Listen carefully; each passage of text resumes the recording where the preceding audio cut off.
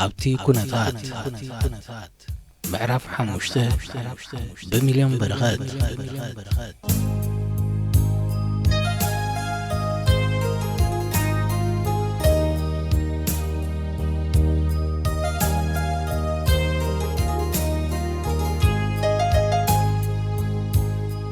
هيرميلا مزايدن موزيتن كوينات عزاب بعل ودقرن عم قدم سرخبوان كلتين كم زي جرما بزقلت علوم نموزيت حيزوم لنكدو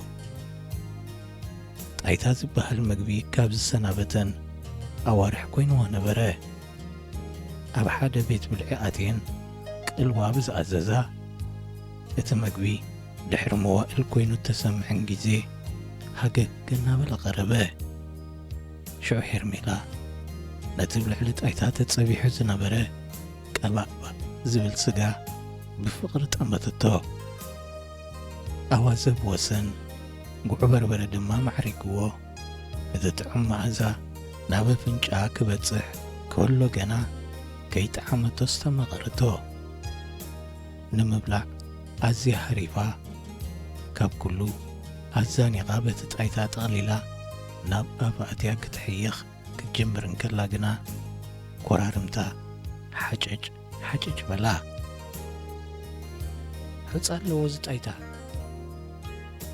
زبل دمتا نحقاون مليسو سنبدا انتقونه بدمتا زي كونس كاب كبابي أزرقبتو قولحتايو زيادة بدمتا كمت سنبد زقبرا طاف هزو موخم ايو دحان زبل متصن نحدي ختبلو ويسي مدع حاس ولا اسمك نحتي كاب كبابي أرغبات أب هزمو أتريراك تحيخ كم زي بالله تردي وادما نتمقبي كمن دنقرو حتتو بحركة كل سبكم انديس قبر زنبره كم سبا نقرات كيوكو ما سعد كثوحت إذا اللواء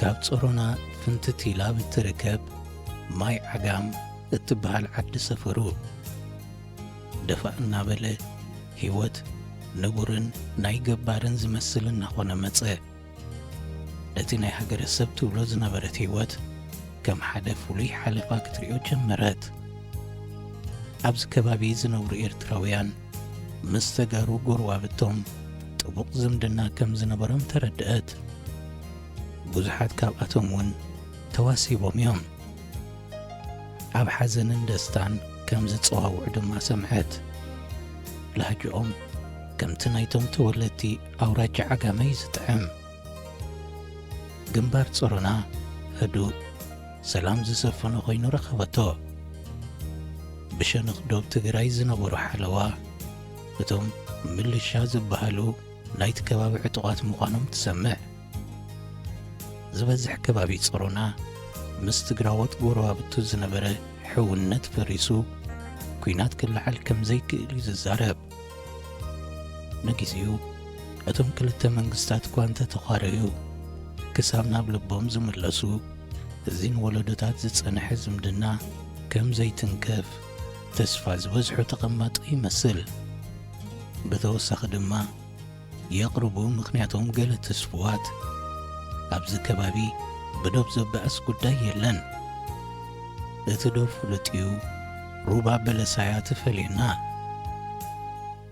هيرميلا اتبز جنبار زي زنبر رقعات بتسو وحب زنبر مخنياتات زمت سيو إلا ملؤ بملؤ انت زي تعمامنات نجيزيو ويان بوصل زي اللو اتكويناتون اي كهلونيو زبل تسفاق نحترت دحركا كل نجر نجيزي رخ يكونه نصابو تهدر النازلاس نجيزي انديا اتعقرقرون نجيزي زغون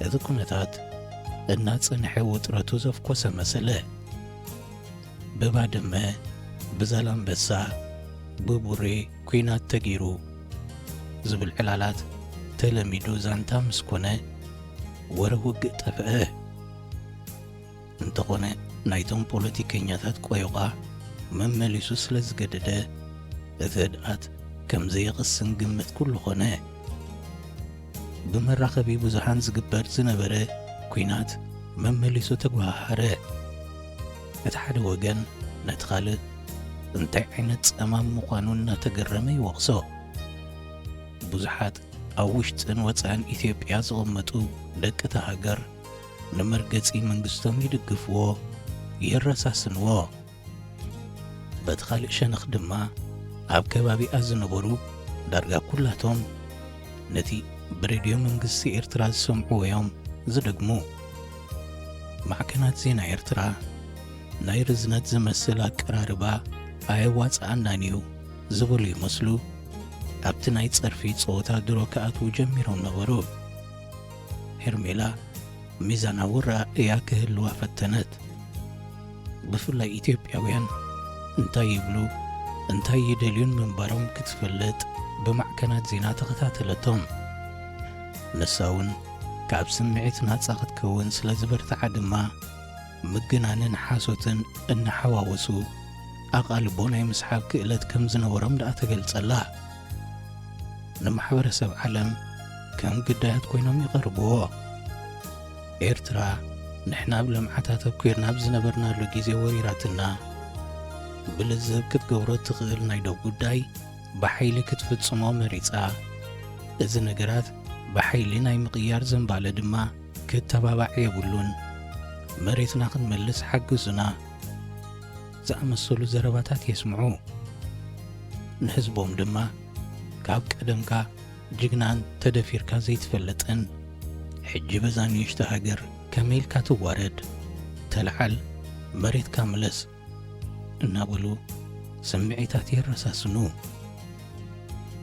እቲ ንዕርቂ ጮራ ከፊቱ ዝነበረ ናይ ኣሜሪካ ሩዋንዳን ውድብ ሓድነት ኣፍሪቃን መተዓረቐ ሓሳብ ካብ ዝቕህም ቀኒ እዩ መንግስቲ ኤርትራ በቲ መንግስቲ ኢህወደግ ዝወሰድዎ ኤርትራውያን ናይ ምስጓግን ደብዳብ ርእሲ ከተማን ስጉምታት ነዲሩ ነቲ ካብ ባድመ ናይ ምውፃእ ሕድገት መሊሱ ነጺግዎ ንሱ ጊዜኡ ከም ዝሓለፎ ሕጂ ጥራይ ኣብ ዝጸንሐ መግዛእታዊ ዶባት ተመርኪዝካ ብኻርታ ነቲ ዶባት ምኽላል ከም ዘድሊ ክገልጽ ጀመረ ኣብ መንጎ ክልቲኦም መንግስታት ምትእማን ጠፍአ ሄርሜላ ነሳብ ኩናት ከይተኣቱ ብቓል ኮነ ብግብሪ ካብዞም ክልተ መንግስታት ዘጽዕተላ ከም ዘይርከብ በረሃላ መራሕቲ ክልቲአን መንግስታት ነንመራኸቢ ብዙሓኖም ቃለ መጠይቕ ምሃብ ኣይሓምቑን ኣብ ቅድሚ ማይክሮፎን ቀሪቦም ድማ ንሓድሕዶም ይተሓማመዩ ይዘላለፉ መን ዝያዳ ጨለ ኾነ ይወዳደሩ መራሒ ኢትዮጵያ ኣብ እተናውሐ ኩናት ነባድመ ክመልሳን ንመንግስቲ ኤርትራ ከንበርክኾን ምዃኑ ይዝሕንሕን መራሕ ኤርትራ ድማ ህድኣት ድያ ክትብሎ ወይስ ትዕቢት ወይ ድማ የዋህነት ኣይፈለጠትን ብተዛነየ ገባብ መንግስቲ ኢትዮጵያ ሰራዊት እንተብዝሐ ኣጽዋር እንተሸመተ ዋላ ናይ ኩናት ክኢላታት እንተምጽእ ካብ ባድመ ከውፅኦም ከም ዘይክእል ይዛረብ ኣብ ኩናት ካብ ጥይት ንላዕሊ ድማ ሓቅነት ከም ዝሰርሕ ይገልጽ ሄርሜላ ኣብ ምቅታል ዝህሉ ሓቅነትን ቅንዕናን ከመይ ምዃኑ ክትርዳእ ትጽገም ኣብ ባይታ ግና ከባቢኣ ህዱእ እዩ ዝነበረ እዚ ግና ንእዋኑ ጥራይ ምንባሩ ጊዜ ምስ ሓለፎ እያ ዝፈለጠት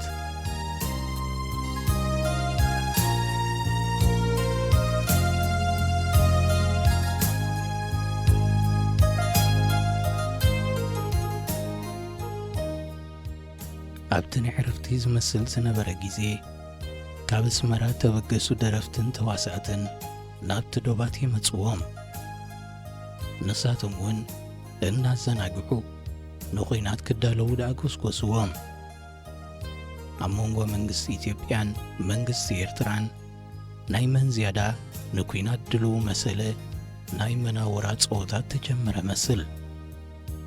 ካብ ብረታዊ ኩናት ድማ ዝያዳ እቲ ስነ ኣእምራዊ ኩናት ይድፋኣሉ ነበረ።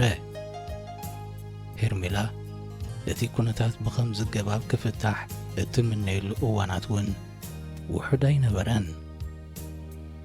ሰራዊት ኤርትራ ከምቲ ዝዋጠየሉ ድሉው ከም ዘይነበረ በዝናታ ሸነኽ ትዕዘብ። ምናልባት ቶም ብኻልእ ወገን ዘለዉ ሙሑታት ተዋጋእቲ ይኾኑ ግዲ እናበለት ድማ ትግምት። ኣብ ሓደ ናይ ቦጥቅሎን ኣኼባ ዝሰማዕቶ እውን ኣያቕሰናን። እቲ ኣኼባ ካብቲ ድፋዕ ንድሕሪት ተገይሩ። ኣዛዚ ቦጥቅሎኒ ኣብ ድሕሪት እዩ ዝቕመጥ ዝነበረ። ሽዑ ካብ ዝቐረቡ ርእቶታት ክሻፋ የድልየና ኣሎ፣ ሬድዮ ርክብ እውን ስለ ዘይብልና ምስ ዝብዚ ዘሎ እዙ ክንራኸብ ክጽግመና እዩ ዝብሉ ይርከብዎም። ኣዛዚ ቦጥቅሎኒ ብቕሳነት እቲ መሳርሕታት ክመጽእ ምዃኑ ገሊጹ፣ ምስኣቶም ዘይጸንሐሉ ምኽንያት ድማ እቲ ኩነታት ሃንደበት ስለ ዝተጀመረ ምዃኑ ከዘኻኽር ፈተነ። ብዙሓት ኣይተቐበልዎን። ንኣብነት ሕጂ ኢሉ ሓደ ርእይትኡ ወሰኸ። ኣብቲ ድፋዕ ውሑዳት ሰባት ኢና ገዲፍና ዘለና። ሕጂ ንሳቶም ክሻፋ ስለ ዘይብሎም ክሳዕ ዝኣትውኦም ክርእይዎን ኣይክእሉን እዮም ማለት እዩ። ጸገም ተገጠሞም እውን ምዞም ኣብዚ ዘለና ዘራቕብ መሳርሒ ይብሎምን። ስለዚ ዝዕተት ዘሎ መሳርሒታት ንጽባሕ ዝበሃል ኣይኮነን፣ ብቕልጡፍ ይኽመጻና ዘለዎ። ህዱእ ኣዛዚ ድማ ደሓን ተጠሊቡሎ ክሳዕ ዝመጽእ ድማ ከገም ሽጣራና ንጥቀም በለ። ገና እውን ካልኦት ደገፍ ከበድቲ ብረት ከም ዘድሊ ርእይቶ ቕረቡ። ሌፍተናል ኮሎኔል ዝመዕረጉ ኣዛዚ ግና ንወያነሲ ጽቡቕ ጌርና ስለ ንፈልጦም እንታይ ኣጽዋር ከም ዘድሊ ይጠፍኣናኒ፣ ምውሳኽ ዘድሊ እንተኾይኑ ድማ ቀሲልና ንርእዮ። ኣጽዋርካ ኣይኮነን ዝዋጋእ ንሕን ቆራጽነትን ጥራይ ኣሃሉ እምበር ካልእ ጸገም ኣይኮነን ዝብል ካብቲ መራሒ ሃገር ዝቐድሖ ዝጥዕም ዘረባ ደኣ ቃልሐ። ሄርሜላ እናጸንሐዩ ኩሉ ኣዛዚ ዘበለ ነቲ ርእሰ ብሔር ክመስል ከም ዝጽሕር ንሱ እቲ እንኮ ሞዴሎም ምዃኑ ዝተኸስተላ። እዚ ተሓሕዛዚ ካብ ንዕቀዲ ተበጊሱ ዋላ ስንፍና እዩ ነይሩ ክትፈልዮ ጸገማ። እቶም ወያነ ዝበሃሉ ከምቲ ኣዘዝታ ዝንዕቅዎም ዓይነት ክኾኑላ ተተስፈወት። ሓሚቖም ሓይሎም ድማ በዚ ግንባር እዚ ከይመጹ ክተርፉ ተመነየት። ተስፋ ዳርጋ ካብ ወያነ ጥራይ ኮነ፣ ነሳቶም እውን ብውይ ተቐላቐሉን። ስለዚ ድማ ተዛማዲ ቅሳነት ይቕጽል፣ ቡን ይፈልሕ። በዓል መሬ ስሕት ኢሎም መምጽኣ የቋርጹን።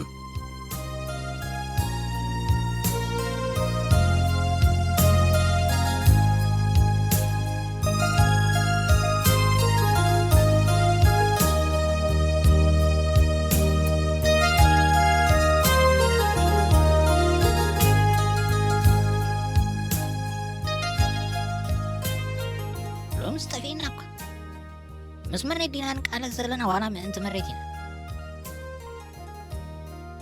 مرروا سرح دفع مرير ويسارب لحن مريه تنصرصر انقد عانو في الحكوة زبال كاب سوران فولتو دما راس سبسيسكا خدم كاتحكم حسن كردو فتنه ود كرن تحوسه تعزينا يمصاني كن مصينا ابزو لا خندي يكون له ابزيا لا حكن بلو لني ندلي هاي مسلكا ኩሉ ሰብኣይ መጻኒን ኢሉ ምስ ተዳህለለ ክመጻ ክእለ እየን ኩሉ ግዜ ከምዚ መፁ ጌርካ ትወስዶ ኣለካ ሓሰን የጠንቅቕ ሕጂ ተመፅአን እኳ ተኸርሜን ንኽፃወታልና ኣብዚ ድፍዕ ኣይበልና ከቢድ ብረት የለ ቁሩብ ትፅንሓ ደኣ ሓሰን ሓፂር ሰሓቕ ኣምሊቑ ጽንዓ ክንብለን ኢና በለ እሞ ጽውክ ኢሉ ከምዚ ዓይነት ናይ ተሰዓርነት ዘረባ ይተስምዑ ብፍላይ ገባር ከይሰምዑኹም ተጠንቀቑ ኩነታት ሎጂስቲካ ናብ ደገ ክወፅእ ይብሉን ኣፅዋር ኣለና ሰራዊት መሊኡ ብምግቢ ተሸገርና እናበልኩም ዕሉሉ ሞራል ሰራዊት ከመይ ከም ዘሎ ክስልያ ክእላ እየን ኤርትራዊ ኸ ኣውራ ሓይሉ ሞራል እዩ ኣፅዋር ኣይኮነን ዝዋጋእ ሰብ ይትቐንዲ ምስ በሎም ኣብ ኣኼባ ዝኣተዉ ግዲ መሲልዎም ስቕ ስቕ በሉ ሄርሜላ ምልውዋጥ ገጾም ሪኣ ሰሓቕ መሎቓ መረራው ገጻ ምስ ረኣየ ተባብዐ ይመስል ናብቲ ልሙድ ዘረብኡ ተመልሰ ናይ ወያነ ስሕራይ ድሓን ናይ ዝመሬት ይኸፊልና ዘሎ ከውሑ እኮ ይመልዩ ክትኩዕቶ ከለኻ ከመይ ዱ ጠዘዝ ዘብለካ መስለካ ወዲ ከረን ደግፎ ኤርትራ ዳታይ ድለኻ እንታይ ሞ ዝብል ዝነበረት ኣምቸ ኣብ ኤርትራ ኩሉ ነገር ይዓፅቕ ካብ ዘረባኹም ጀሚሩ ዲ ዝብል ነይሩ ሓቂ መሬቱ ኸውሒ ፍሩታኹም በለስ እሾኹና ትወጋእኻ ካልእ ፍሩታታትኩም ድማ ዓካት ብእምኒ ተውርዶ ብእምኒ ሃሪምካ ትበልዖ ዋላ ተናዋልት ዝብል ክንደይ ይበጠጤን ዝርከባ እንዲ ዝበለ ሓገዞም መረረው ናብ ሄርሜላ እናጠመተ ናይ ፍሩታኻ ዘይወዳእ ኩልካ ካልእ ፍሩታኹም ከዓ ጋባይ እኳ ኢልና መን ይበጃኻ ዓይና እዚ ኣምቸ ትብሎ ዘለኹም ሓተታ ሓሰን ሰሓቑ እናተቖፃፀረ ወዲ ከረን ንድሕነቱ ክንብል መንነቱ ዓቂብና ኣለና ንተጋዳላይ ዝንገር ድማ ኣይኮነን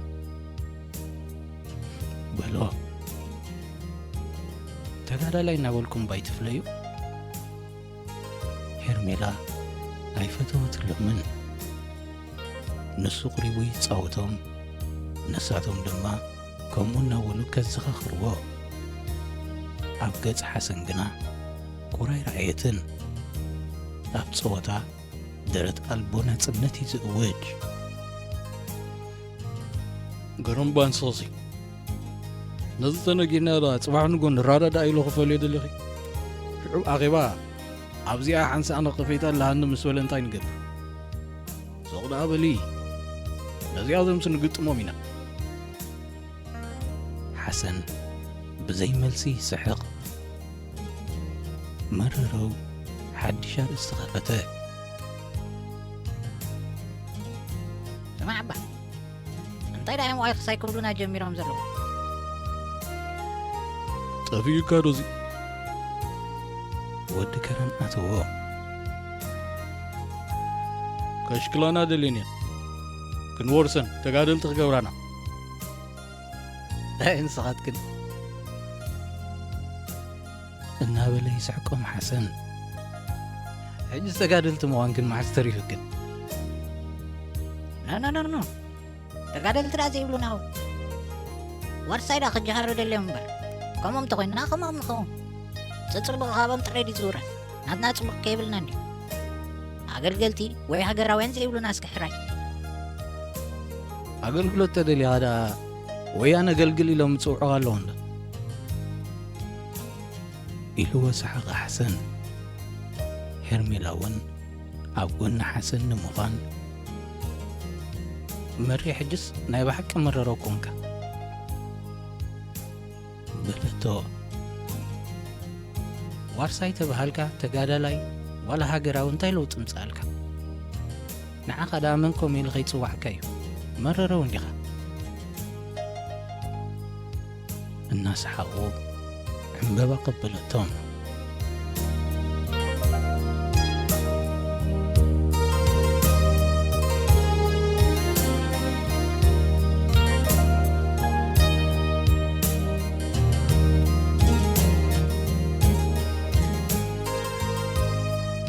ጊዜ እናተጓዕዘ ነቲ ኩነታት ክትለምዶን ከላ በቲ ሓደ ሸነኽ ድማ ናፍቖት ይብርትዓ። ድሃይ ገዝኣን ፍቑራን ካብዚ ትረክብ መዋእል ዘሕለፈት ኮይኑ ይስምዓ። ኣብ ገሊኡ እዋናት እውን ከምኡ ኢላ ተቖሪጻ ትተርፍና መሰላ ትሰግእ ነበረት። ዝበዝሕ ጊዜ ድማ እቲ ገዝኣ ዝነበራ ህይወት ናይ ሕልሚ እምበር ናይ ሓቂ ዘይኮነ ነቲ ጣዕመቲ ክትረክብ ዘይግብኣን ንኸምኡ ዘይብቕዕትን ኮይኑ ይስምዓ። ካብ ነይሩንስ እነሄኒ ዝብል ኣባህላ ንስምዒታ ይደቕሶ ነበረ። ሕጂ እውን ተፈልዮ እምበር ኩሉ እኳ ናተዩ ኢላ ንርእሳ ክትእምን ብሓይሊ ትጽዕት። ገዝኣ ትምለሰሉ እዋና ይረኣያን። ሙሴ እንተኾነ ምናልባት ጊዜ ምስ ነውሐ ናብ ከባቢኡ ግልጽ ይብል ይኸውን። ክዳውንተንን ቆርበተንን ዘንጸባርቕ ብትምህርትን ስልጣንን ዝበሰላ ብዙሓት ክገጥሞ ከም ዝኽእላ ትግምት። ስራሕ እንተኾነ እውን ብኻልእ ሰብ ተታሒዙ ዝኸውን። ካልእ ድማ ብዙሕ ከተንብቦን ከተማሒሾን ዝነበራ ተወንዚፉ ተሪፉ እዩ። ነቲ ዋርሕ ከምቲ ቝጽሮ እንተረኣየቶ ግና ክንደት እተሰምዓ ኣዝዩ ነዊሕ ኣይኮነን ነይሩ። ኣብ ውሽጢ 5 ዋርሕ ዓለም ከም ዝግልብጥብጥ ክትብል ትኽእል። ዓለም ደኣ ኣብ ውሽጢ ደቓይቕ እኳ ትገላበጥ። እንተኾኑ እውን ናታ ዝኾኑ ዘይልወጡ ነገራት ኣለውዋ። ከምቲ ንሳ ሄርሜላ ዝኾነት ገነት ድማ ኣዲኣ እያ። ፍቕሪ ዲኣ ኣብ ሕልና ኣይተቐየራን። ኣቦዋ ኤፍሬምን ኣሕዋታ ማርታን ቢንያምን እውን ብዘይልወጥ ፍቕሪ ከም ዝናፍቕዋ ይስምዓ። ንሳ እውን ንኹሎም ትናፍቖም ናይ ቀደም ኩነታታ ትናፍቕ። ጊዜያዊ ፍታሕ ተባሂሉ ንሓደ ሰሙን ገዛኻ በፂሕካ ናይ ምምላስ ዕድል ክወሃብ ጀሚሩ ነበረ። ሄርሜላ ነዚ ዕድል እዚ ብሃንቀውታ ትጽበዮ እኳ እንተነበረት ኣፋ ከፊታ ንሓሰናይ ተዛረበቶን። ከመይ ከም እትናፍቕ ገምጋም ከም ዝነበሮ ግምት ነበራ። ናፍቖታ ክወጻላ እናበለደ ኸይኮነ ብዛዕባ ገዝኣ ከተዕልለሉም ከላ ብዘይ ምስልካ ይጸኒሉ ዝሰምዓ ዝነበረ። ብዛዕባ ሙሴ እውን ውሕድ ንዘይበሃል ጊዜ ዕሊላቶላ። በዘስ ሓሰን ይርድኣላ ኸውን። ኣብ ልቦንኡ ተንጠልጢላ ብተስፋ ትጽበ። ጽባሕ ንገዛ ክትበጽሒ ኢኺ መዓልትኺ ግና ኸይተሕልፊ ምስ በላ ግና ክትኣምን ኣይከኣለትን። ትጽበዮ ከም ዘይነበረት እቲ ዕድልቲ ኣመና ዓበያ። ነታ ለይቲ ክትቃለሳ ሓደረት። ኣንጊሃ ክትብገስ ስለ ዝመደበት ከይቀትራ ጸጸኒሓ ትበራበር። ሰዓት ተረኣየት ጊዜ ማዕጠጥ እናበለ ይጓዓዝ። ቁሩብ ቀን ተበለት ኣውቶቡስ ረኺባ ቦታ ምስ ሓዘት እቲ ኣውቶቡስ ንምብጋስ ክትድንጊ ነቲ ኣውቲሳ ከይዳ ክትቋየቆ ክትብል ገና ብሕልሚ ከም ዘላ ተረዲእዋ ትበራበር። ሰዓት ትምልከት ገና ሰዓት 1 ናይ ለይቲ። ደቃ ስለሚና ድማ ናብ ናይ ሕልሚ ሃተፍተፍ ትምለስ። ኣውቶቡስ ከባቢ ደቀ መሓረ ምስ በጽሐት ጎማ ትንፍስ። ክቕይሩላ ኣደናጎዩ ዓቕላ ጸቢብዋ ክትግምጠል ከላ ትበራበር። ጊዜ ገና ካብ ሰዓት 2 ብዙሕ ይሓለፈን። በዚ ለይቲ እዚ ብዝሰሓበቐ ጨውጨው نهارور تحتا تقبرتو انتركغت كأ زحلة سمعها كتقلابت كم زي حدرت أب أقا وقحتا لك أساس النفا صحي برهان أب زي لك ميغس لقسم سجمرت سنبيدا تبرابرت نتا محلتي حاد ساعات تلحلوه